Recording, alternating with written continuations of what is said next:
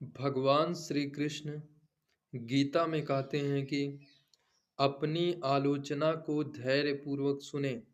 अपनी आलोचना को धैर्यपूर्वक सुने, क्योंकि दूसरों के द्वारा की गई आलोचना ही क्योंकि दूसरों के द्वारा की गई आलोचना ही आपको एक बेहतर इंसान बनने के रास्ते पर ले जाती है।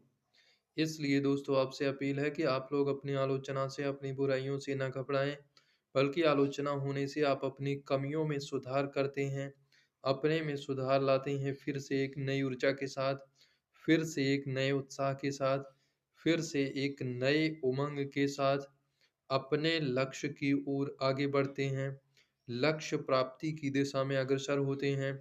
और अगर आप अपनी आलोचना को सुनते हैं, अपनी कमियों को सुनते हैं, उसमें सुधार करते हैं, उसमें परिवर्तन करते हैं, निश्चित तौर पर आपको सफलता मिलेगी, निश्चित तौर पर आप अपने लक्ष्य तक पहुँच जाएँगे, अपनी मंज़िल को प्राप्त कर लेंगे। इसलिए दोस्तों आपसे अपील है कि आप लोग अपनी आलोचना से, अपनी कमियों से, अपनी बुराइयों से ना घबराइए, बल्कि अगर आपकी आलोचना सही मायने में है, अगर आपकी बुराई सही मायने में है, अगर आपकी कमी सही मायने में है तो उसको सोचिए, उसको समझिए, उस पर विचार कीजिए, अगर सही लगे तो उसमें सुधार कीजिए और आगे बढ़िए, अपने लक्ष्य की तरफ अग्रसर हो जाइए।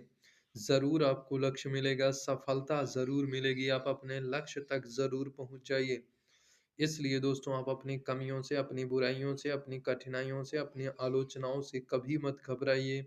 उसका डट कर सामना करिए, उसमें सुधार करिए, उसमें परिवर्तन करिए, उसमें बदलाव लाइए, तो आपके जीवन में ज़रूर परिवर्तन होगा, आपके जीवन में ज़रूर बदलाव होगा। य यही नहीं, आपके जीवन के हर क्षेत्र में परिवर्तन आपको देखने को मिलेगा।